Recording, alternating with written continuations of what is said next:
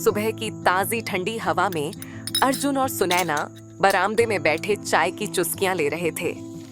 सुनैना की प्रेगनेंसी का ये 9वां महीना था। अब किसी भी वक्त डिलीवरी हो सकती थी। चाय का कप अभी खत्म भी नहीं हुआ था कि तभी अचानक अर्जुन का फोन बजा। उसने फोन उठाया और थोड़ी देर बात की। फोन रखते ही उसके चेहरे के हाव भाव बिल्कुल बदल गए। उसकी आंखों में चिंता और डर साफ झलक रहा था। क्या हुआ अर्जुन, सब ठीक तो है ना? सुनैना, मुझे अभी निकलना होगा, एक बहुत जरूरी मिशन है। सुनैना के चेहरे पर चिंता की लकीरें उभर आईं। पर अर्जुन, मेरी डिलीवरी कभी भी हो सकती है। तुम मुझे अकेला छोड़कर कैसे जा सकते हो? अर्जुन हड़बड़ाहट में कुर्सी से उठा और बोला, मैं जानता हूं सुनैना, पर यह मेरी ड्यूटी है, मैं मना नहीं कर सकता। सुनैना की आंखों में आंसू आ गए। तुम्हारी ड्यूटी सिर्फ देश के लिए है, अपने परिवार के लिए नहीं। अर्जुन ने सुनैना को गले लगाया। मेरी जान, तुम जानती हो कि तुम और हमारा होने वाला बच्चा दोनों मेरे लिए कितने इम्पोर्टेंट हो। पर अगर मैं आज नहीं गया तो कल शायद हम सबको इसकी कीमत चुकानी पड़े। मुझे डर लग रहा है अर्जुन, अगर मुझे कुछ हो गया तो? अर्जुन ने सुनैना के आंसू पोंछे और बोला, कुछ नहीं होगा तुम्हें। मैंने पड़ोस वाली आंटी से बात कर ली है, वो तुम्हारा ख्याल रखेंगी और डॉक्टर का नंबर भी उनके पास है। और कुछ दिनों में तुम्हारी मम्मी भी तो यहाँ आ जाएंगी, चिंता मत करो। सुनैना ने अर्जुन को कस के गले लगाया। प्लीज जल्दी आ जाना। अर्जुन ने उसके माथे पर एक आखिरी बार किस किया और अपना बैग पैक करके निकल गया। मैं जल्द ही लौट आऊंगा, तुम अपना और बच्चे का ध्यान रखना। सुनैना बस खिड़की से उसे जाते हुए देखती रही। उसका दिल मानो टूट सा गया था। अब सुबह से शाम हो चली थी। सुनैना अपने घर के कुछ कामों में बिजी हो गई।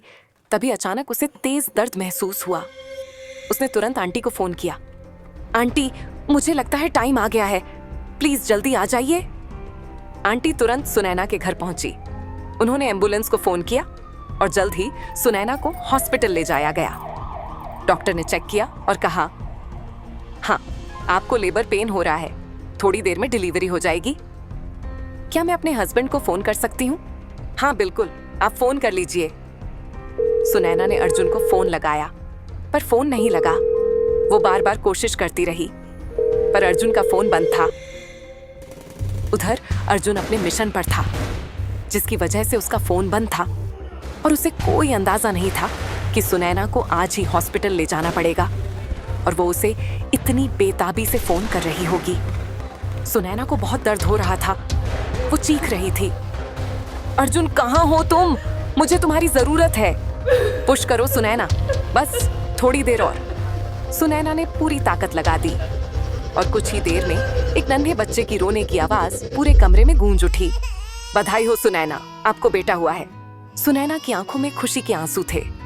और आखिर हो भी क्यों ना, आखिरकार 9 महीने तक एक नन्ही सी जान को अपनी कोख में पालना और फिर उसे अपने बाहों में महसूस करने का वो पल होता ही खूबसूरत है।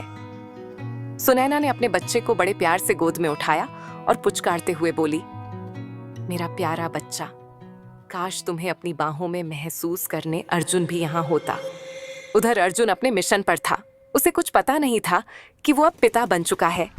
अगले दिन सुबह अर्जुन का मिशन खत्म हुआ। उसने जैसे ही फोन ऑन किया, उसे कई मिस्ड कॉल्स दिखी। हेलो सुनैना, सब ठीक तो है ना? सुनैना ने रोते हुए कहा, अर्जुन तुम कहाँ थे? मैंने तुम्हें कितना फोन किया। क्या हुआ सुनैना, तुम ठीक तो हो ना? मैं ठीक हूँ अर्जुन, और तुम्हारा बेटा भी। अर्जुन खुशी से पागल हो उठा और उसके हाथ से फोन छूट गया और अब उसकी आंखों में आंसू भी थे। उसने खुद को संभालते हुए कहा, क्या? मेरा बेटा? सुनैना, तुम्हारी डिलीवरी हो गई? कब हुई? कल रात को। मैंने तुम्हें बहुत फोन किया, पर तुम्हारा फोन बंद था। अर्जुन को बहुत बुरा लगा। I am so sorry Sunaina, मैं वहां नहीं था तुम्हारे साथ। मैं अभी आ रहा हूं। अर्जुन जल्दी से हॉस्पिटल पहुंचा। उसने सुनैना को गले लगाया और अपने बेटे को देखा। ये बिल्कुल तुम्हारी तरह दिखता है, सुनैना ने मुस्कुराते हुए कहा। अर्जुन ने अपने बेटे को गोद में लिया। उसकी आंखें नम थीं। मुझे माफ कर दो बेटा, मैं तुम्हारे जन्म के वक्त यहाँ नहीं था। सुनैना ने अर्जुन का हाथ थाम लिया। कोई बात नहीं अर्जुन, तुम अब यहाँ हो, यही काफी है। अर्जुन ने सुनैना को गले लगाया। थैंक यू सुनैना, तुमने मुझे दुनिया की सबसे बड़ी खुशी दी है। सुनैना मुस्कुराई और बोली, अच्छा चलो ये सब हटाओ और बताओ हमें क्या नाम रखना चाहिए इसका। अर्जुन ने सोचा और कहा, वीर, क्योंकि ये हमारा बहादुर बेटा है। सुनैना ने खुशी से सिर हिलाया। हाँ वीर, बिल्कुल सही नाम है। अर्जुन और सुनैना ने अपने बेटे वीर को प्यार से देखा।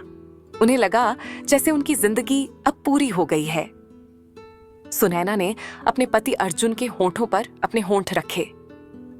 उसकी आंखें बंद थीं और वह इस पल का पूरा आनंद ले रही थी। अर्जुन एक हाथ से उनके छोटे बेटे वीर को थामे हुए था, जो शांति से सो रहा था। अचानक सुनैना के मुंह में लोहे का स्वाद आया। उसने सोचा शायद उसने अपने होंठ काट लिए हैं, लेकिन जब उसने आंखें खोली तो जो देखा उससे उसकी रूह कांप गई। अर्जुन के मुंह से खून बह रहा था। उसकी आंखें दर्द से भरी हुई थीं। सुनैना की नजर नीचे गई तो उसने देखा कि अर्जुन के शरीर पर 3 छेद थे, जिनसे खून बह रहा था। अर्जुन! सुनैना चीखी। उसने तुरंत वीर को अर्जुन से लेकर एक तरफ रखा और अर्जुन को संभाला। सुनैना! अर्जुन ने कराहते हुए कहा, बचाओ वीर को। तभी एक और गोली की आवाज आई। सुनैना ने मुड़कर देखा तो उसकी सांस रुक गई।